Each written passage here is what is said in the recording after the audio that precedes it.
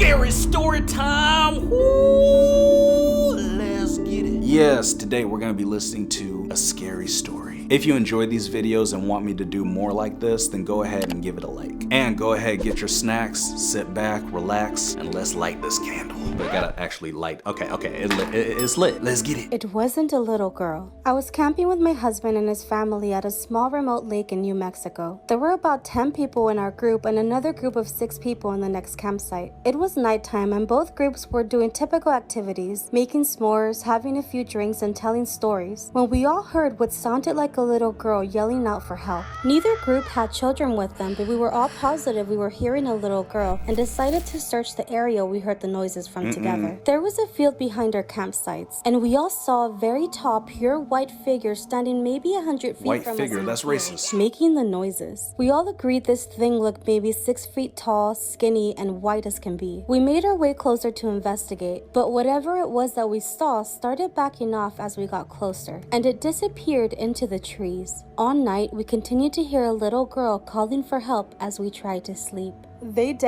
We continued to hear a little girl calling for help as we tried to sleep? No, because there's no way I would have fallen asleep after that. Seriously. Hell hath no fury like a woman scorned. After we moved into our home, we were told a woman had died there at hands of her abusive husband. She hated men. My dad would wake up with scratches all over himself. And whenever my brother was mean to my sister or I, he would have scratches all on him as well. One day, my brother hurt our sister. He hit her with something. When he woke up later that night, he had a horrible bloody nose. The day after we moved out, my brother accidentally broke his twin's arm trying out a wrestling move. He swears he would have died that night if it wasn't our last in the house. My mother attracted evil. After my parents divorced when I was a teenager, I lived with my mother. I experienced lots of paranormal happenings. Several times when I was reading in my room, the room would start feeling really icy. Next, it would feel as if somebody that hated me was staring at me. When I got that feeling, I would leave the room and come back an hour later. Sometimes during the day, I would see a shadow figure sneaking along my bedroom walls. Something in the flat was pretending to be my dog. I went into my room and heard a deep growl from under my bed. My dog was incapable of making a noise that deep.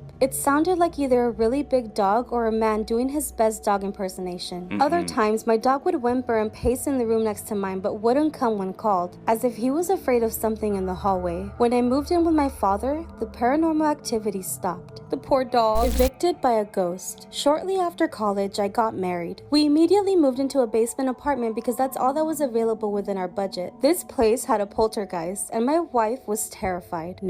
Whatever resided there with us made it clear that it wanted to live alone. Dishes, glasses, and other items would fly off the shelf. My wife was hit several times. There was always an ominous feeling like we were being watched. At night, when we walked through the apartment in the dark, there would be insanely bright flashes of light that would illuminate the entire room. One night, while we were going to bed, as soon as my wife and I walked into the bedroom, we heard a voice from nowhere say, my name. Move. My wife looked at me. I looked at her. I said loudly, "You've got it, bud." We moved out 2 days later and stayed with family. The old lady who owned the place died a few months later and the house was torn down. It is still an empty lot to this day, nothing but grass and a tree. I still drive by it every now and again. Imagine something saying your name. Move. Letty, move. You got it, buckaroo. The demon's room. I worked as a forensic nurse in the hospital's lockup unit. We had the older lady who swore she was being haunted and abused by a demon she would call Tiberius. Okay, I don't want to say that name again. Tiberius. So many crazy things happened while she was on the unit. We'd go into her room, do normal care, leave, and seconds later she'd be screaming bloody murder. We'd run into the room to find her looking like she'd been in a fight with a boxing champ. Bloody lip, black eye, markings all over her body. No one ever saw her doing this stuff to herself. Things would get moved around the room by themselves. At one point, she was in protective restraints because the doctor thought she was hurting herself. There is no way she could have moved or done anything to herself while in these restraints.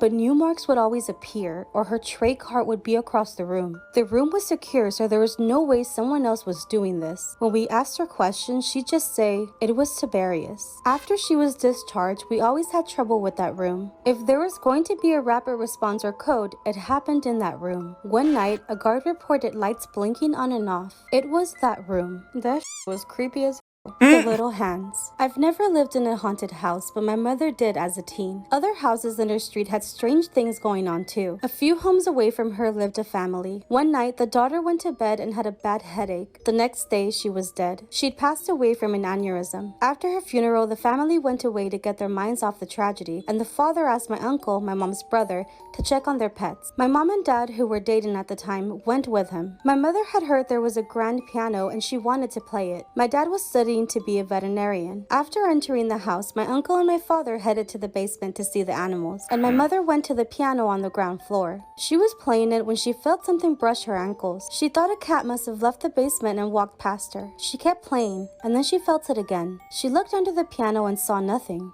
When she started again, she felt hands clasp her legs tightly. She dashed to the basement door, called my uncle and father, and waited for them. Back outside, my uncle could tell Mom was rattled and asked what was wrong. She told him what had happened, and he turned white. He told her the daughter who had died used to play a game with her father. When he played the piano, she'd crawl underneath, grab his ankles, and push his feet up and down the pedals. It's kind of creepy, but also kind of sweet in a way. What? If it happened to me, I'd be screaming too. The Haunted Ambulance. The ambulance company that I used to work for had a haunted ambulance. Rig 12. A lot of EMTs had stories about it, but I never put much stock in paranormal stuff. That is, until I had my own experience with Rig 12. My partner and I were working in a rural community at 3 a.m., and it was pitch dark and completely quiet. We were both dozing. I was in the driver's seat and she was in the passenger seat. I woke up to a muffled voice, but I thought my partner was talking. I told her I was trying to sleep and closed my eyes. I distinctly heard a male voice say, "Oh my God, am I dying?" Followed by a few seconds of heavy breathing. My partner and I sat up straight and looked back into the patient compartment, where it sounded like the voice had come from. Things were quiet for a couple of seconds. Then we heard the click of an oxygen bottle regulator and a hiss, as if it was leaking. I turned on the lights and we ran out of the rig. I thought a transient might have climbed in while we were asleep, so we opened the rear doors. No one was there. I checked the oxygen bottles, neither were opened. We didn't sleep much after that. This just tells me that no one is safe, man. Seriously. Like, if an ambulance can be haunted, what else is haunted? Your mom? Gosh dang, I guess everything's haunted today. Are you haunted? I still get sleep paralysis. I start to feel a creepy demon thing slowly crawling up the bed towards me. The mattress feels like it's being pressed down by something's legs and arms. Then the bedsheet starts to slowly get pulled down my back, and I'm lying there, unable to move or see what's happening. Every single time it happens, I manage to convince myself that this time it's actually real and I'm not asleep. Eventually, I'll manage to blink myself awake and the blankets are always halfway down my body. If y'all have experienced sleep paralysis, it's the f***ing worst. Dang, man, what's going on with these crazy people up in here? Gotta be careful out in these streets because it gets crazy. But if you guys enjoyed this video and want me to do more just like it, and I'll do another one. Yeah, man.